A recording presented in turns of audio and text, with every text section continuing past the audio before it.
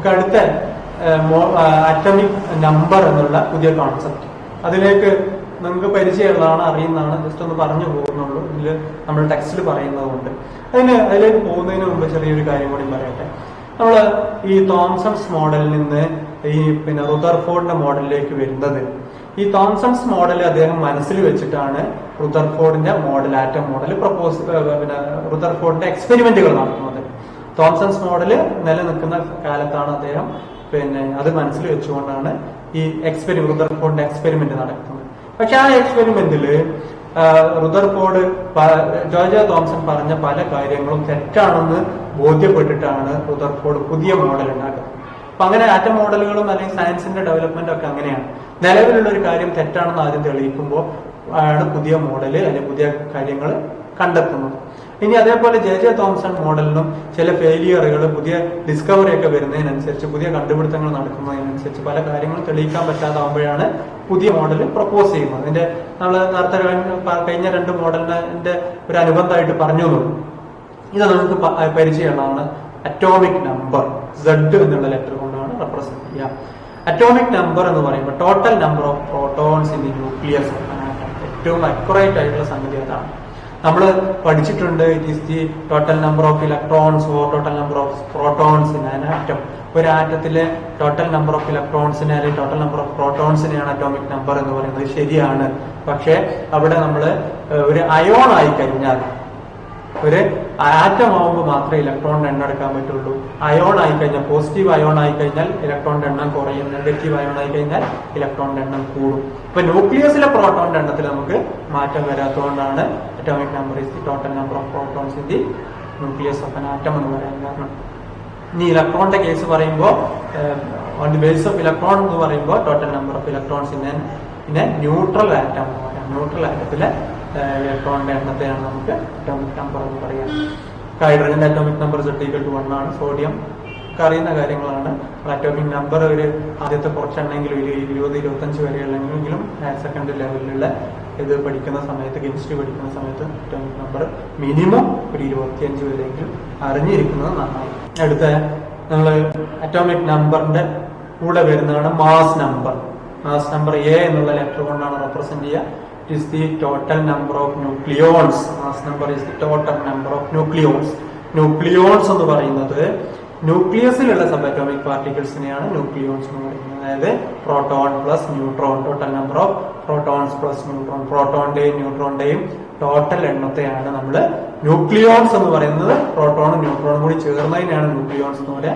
It is sub atomic particles inside the nucleus and total number of nucleons or total number of proton plus neutron is called mass number, which is represented by using letter A. അടുത്ത topic ആണ് isotopes. നിങ്ങൾക്ക് അറിയുന്നതാണ്, നിങ്ങൾ പഠിച്ചിട്ടുള്ളതാണ്, എങ്കിലും ഒന്ന് repeat ചെയ്ത് പോവാണ്. Isotopes. Atoms have same atomic number but having different mass number. Same atomic നമ്പറോട് കൂടിയതും ഡിഫറെന്റ് മാസ് നമ്പറോടും കൂടിയ ആറ്റത്തെയാണ് ഐസോടോപ്സ് എന്ന് പറയുന്നത്. അപ്പൊ അവിടെ ഡിഫറൻസ് ഉണ്ടാവുക.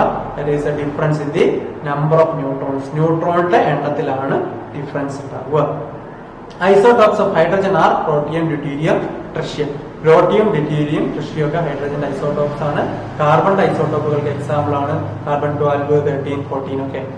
അപ്പോൾ ഓരോന്നും അതിലെയും ന്യൂട്രോണിന്റെ എണ്ണത്തിലുള്ള വ്യത്യാസത്തിനനുസരിച്ചാണ് ഐസോടോപ്സ് ഫോം ചെയ്യുക. കാർബണിന്റെ ഐസോടോപ്പാണ് കാർബൺ 12, 13, 14.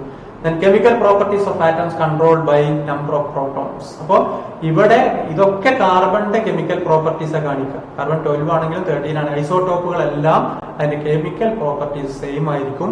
പക്ഷെ അതിന് കാരണം ഒരു അറ്റോമിക് നമ്പർ ആണ്, അല്ലെങ്കിൽ നമ്പർ ഓഫ് പ്രോട്ടോൺസ് ആണ് ഒരു ആറ്റത്തിന്റെ കെമിക്കൽ പ്രോപ്പർട്ടി ഡിസൈഡ് ചെയ്യുന്നത്. അതുകൊണ്ട് ഐസോടോപ്സിന്റെ കെമിക്കൽ പ്രോപ്പർട്ടീസ് എല്ലാം സെയിം ആയിരിക്കും. അടുത്ത ടോപ്പിക്കാണ് നമ്മൾ ഡിസ്കസ് ചെയ്യുന്നത് ഐസോബാർസ്. ഐസോബാർസ് എന്ന് പറഞ്ഞാൽ atoms having same mass number but difference in the atomic number. Atomic number different ആയിരിക്കും, മാസ് നമ്പർ സെയിം ആയിരിക്കും. അപ്പൊ അവിടെ വ്യത്യാസം ഉണ്ടാവുക പ്രോട്ടോണിന്റെ എണ്ണത്തിലാണ്. പിന്നെ മാസ് നമ്പർ സെയിം എന്ന് പറഞ്ഞു കഴിഞ്ഞാൽ ന്യൂക്ലിയോൺസിന്റെ എണ്ണം സെയിം ആയിരിക്കും. അപ്പോൾ പ്രോട്ടോണിന്റെ എണ്ണത്തിലാണ് വ്യത്യാസം ഉണ്ടാവുക. പ്രോട്ടോണിന്റെ എണ്ണം മാറുന്നതിനനുസരിച്ച് ആ എലമെന്റ് മാറും. അപ്പൊ ഇവിടെ കാർബൺ, നൈട്രജൻ. കാർബണിന്റെ അറ്റോമിക് നമ്പർ 6 ആണ്, നൈട്രജൻ അറ്റോമിക് നമ്പർ 7 ആണ്. പക്ഷെ രണ്ടിന്റെയും മാസ് നമ്പർ ഈക്വൽ ആണ്, 14 ആണ്. അപ്പോൾ ഇത്തരത്തിലുള്ള പിന്നെ എലമെന്റ്സിനെയാണ് ഒരേ മാസ് നമ്പറും ഡിഫറെന്റ് നമ്പർ ഓഫ് പ്രോട്ടോൺസ് അല്ലെങ്കിൽ നമ്പർ ഓഫ് അറ്റോമിക് നമ്പർ ഉള്ളതിനെയാണ് ഐസോബാർ എന്ന് പറയുന്നത്.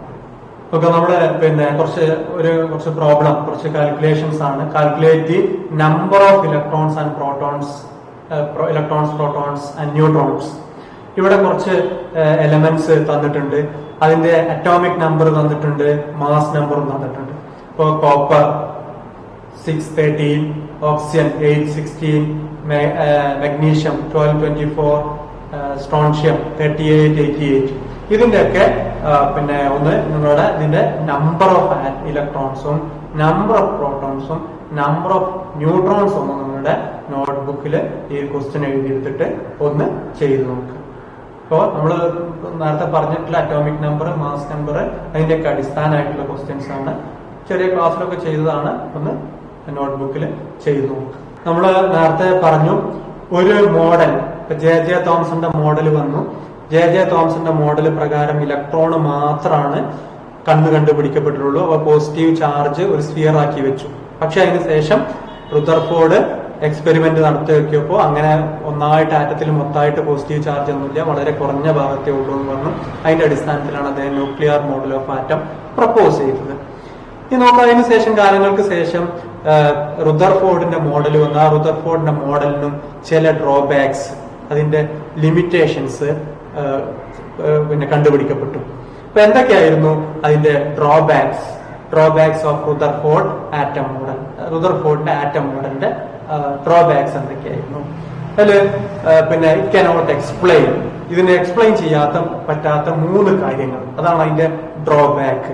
അതിലൊന്നാമത്തെ സ്റ്റെബിലിറ്റി ഓഫ് റിവോൾവിംഗ് ഇലക്ട്രോൺ. റുദർഫോർഡിന്റെ മോഡൽ പ്രകാരം ഇലക്ട്രോൺസ് ഫാസ്റ്റ് ആയിട്ട് സർക്കുലാർ പാത്തിലൂടെ ഇങ്ങനെ റൊട്ടേറ്റ് ചെയ്തുകൊണ്ടിരിക്കുകയാണ്. അതാണ് റിവോൾവിംഗ് ഇലക്ട്രോൺ എന്ന് പറയുന്നത്. ഈ റിവോൾവിംഗ് ഇലക്ട്രോൺ സ്റ്റേബിൾ ആണ്. എങ്ങനെ സ്റ്റേബിൾ ആയിട്ട് നിൽക്കുന്നതെന്ന് എക്സ്പ്ലെയിൻ ചെയ്യാൻ റുദർഫോർഡിന്റെ മോഡൽ കഴിയില്ല. അപ്പൊ അത് റിവോൾവ് ചെയ്യുമ്പോഴല്ല പ്രശ്നം.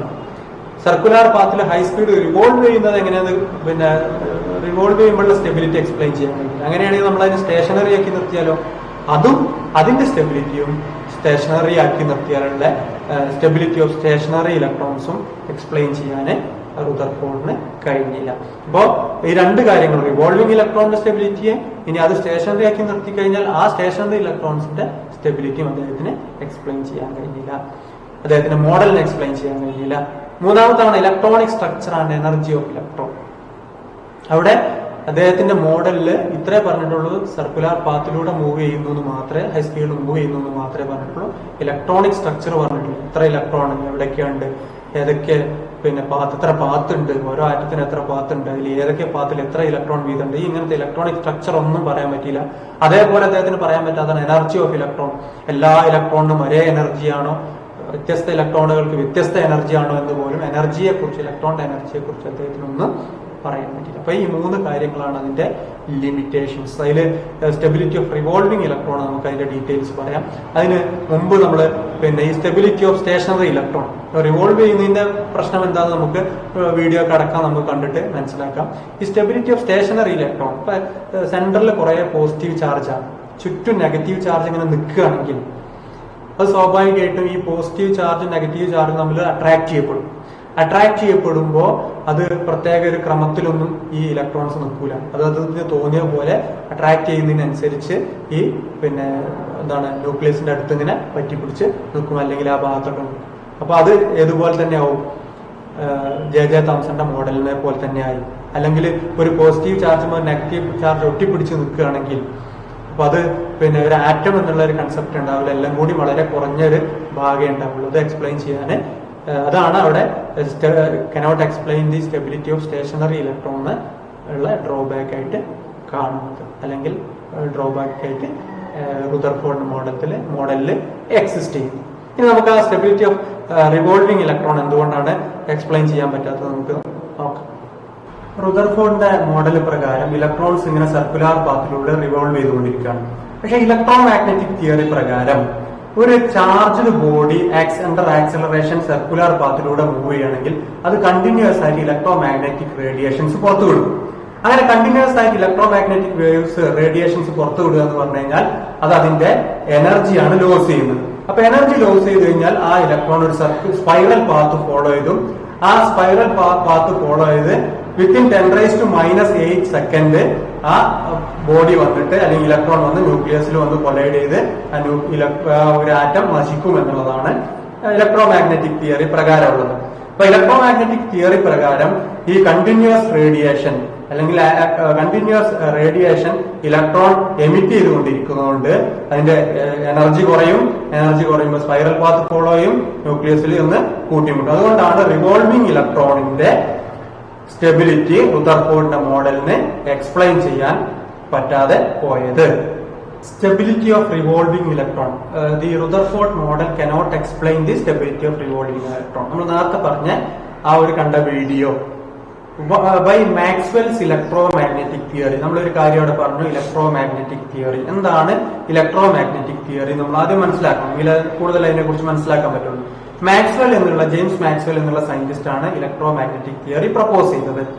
ഈ ഇലക്ട്രോ മാഗ്നറ്റിക് തിയറി പ്രകാരം when a charged particles get accelerated should emit electromagnetic radiation. Therefore, electron will emit radiation, the orbit will continue to shrink and electron will follow a spiral path and finally collide with the nucleus within 10⁻⁻8 seconds.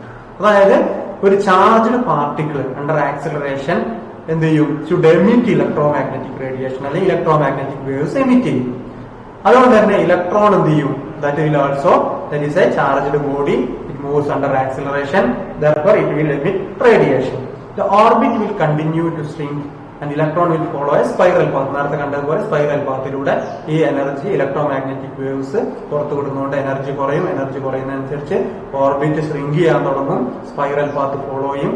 Spiral path follow ചെയ്ത് 10⁻⁻8 സെക്കൻഡിനുള്ളിൽ ആ electron വന്ന ന്യൂക്ലിയസിന്റെ കൂട്ടിമുട്ടും. അങ്ങനെ atom തന്നെ തകർന്നു പോകും. അതാണ് stability of revolving electron explain ചെയ്യാൻ റുദർഫോർഡിന്റെ മോഡലിന് കഴിഞ്ഞില്ല എന്നുള്ള ഒരു ലിമിറ്റേഷൻ അല്ലെങ്കിൽ ഡ്രോബാക്ക് എക്സിസ്റ്റ് ചെയ്യുന്നത്.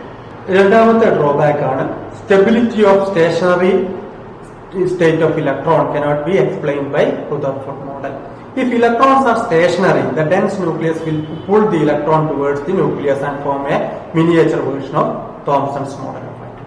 ഇപ്പോൾ നമ്മള് റിവോൾവിംഗ് ഇലക്ട്രോൺ ആകുമ്പോൾ പ്രശ്നമാണ്. അപ്പൊ നമുക്ക് വേണമെങ്കിൽ എന്ത് ചെയ്യാം? സ്റ്റേഷനറി ആണെന്ന് പറയാം. അങ്ങനെ സ്റ്റേഷനറി ആണെന്ന് പറഞ്ഞു കഴിഞ്ഞാൽ ഉള്ള പ്രശ്നം, ഇലക്ട്രോൺസ് സ്റ്റേഷനറി ആണെങ്കിൽ ഡെൻസ് ന്യൂക്ലിയസ് ആണ് എല്ലാ പ്രോട്ടോണും കൂടിയും അല്ലെങ്കിൽ എല്ലാ പോസിറ്റീവ് ചാർജ് അവിടെ ഒന്നിച്ച് കോൺസെൻട്രേറ്റ് ചെയ്ത് നിൽക്കുകയാണ്. അപ്പൊ അങ്ങനെ ഹൈ പോസിറ്റീവ് ചാർജ് ഉള്ള ന്യൂക്ലിയസ് എന്ത് ചെയ്യും? Will pull the electron towards nucleus. ഇലക്ട്രോണിനെ മുഴുവൻ അതിന്റെ അടുത്തേക്ക് അട്രാക്ട് ചെയ്യും. അത് എന്തിലേക്ക് നയിക്കും? That forms a miniature version of Thomson's atom മോഡലിലേക്ക് തന്നെ, തോംസൺസ് മോഡൽ പോലുള്ള ഒരു മോഡലിലേക്ക് തന്നെ തിരിച്ചു പോകും. മൂന്നാമത്തെ ലിമിറ്റേഷൻ ആണ് it cannot explain the electronic structure and energy of electron. ഇതിൽ ആൻസർ ചെയ്യാൻ പറ്റാത്ത, റുദർഫോർഡിന്റെ മോഡലിന് ആൻസർ ചെയ്യാൻ പറ്റാത്ത രണ്ട് ക്വസ്റ്റ്യൻസ് ആണ്. How electrons are distributed around the nucleus. എങ്ങനെയാണ് ഇലക്ട്രോൺസ് ന്യൂക്ലിയസിന് ചുറ്റും ഡിസ്ട്രിബ്യൂട്ട് ചെയ്തിട്ടുള്ളത്? അതേപോലെ what are the energies of electron. എല്ലാ ഇലക്ട്രോണിനും ഒരേ എനർജിയാണോ അല്ലെങ്കിൽ വ്യത്യസ്തമാണെങ്കിൽ എന്തൊക്കെയാണ് എനർജിയുടെ ഇലക്ട്രോൺസിന്റെ എനർജി? ഇത്രയും കാര്യങ്ങളാണ് അദ്ദേഹത്തിന്റെ മോഡലിനെ എക്സ്പ്ലെയിൻ ചെയ്യാൻ പറ്റാത്ത വന്നത്, ലിമിറ്റേഷൻസ് അല്ലെങ്കിൽ ഡ്രോബാക്സ്